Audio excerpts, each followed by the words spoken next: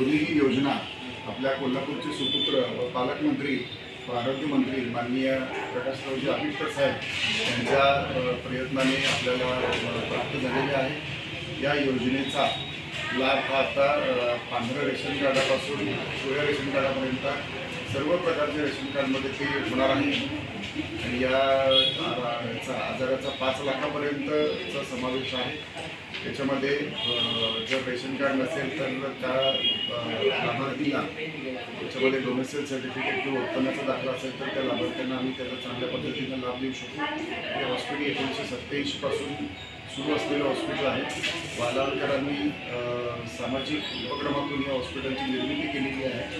आज 3 पिढ्या हे हॉस्पिटल एकदम कमीत कमी दरामध्ये सेवा सुविधा पुरवत आहे। याच्या पुढे सुद्धा आम्ही चांगल्या पद्धतीनं काम करू आणि या योजनेचा सर्व समाजातील घटकांनी लाभ घ्यावा असं मी आवाहन करतो।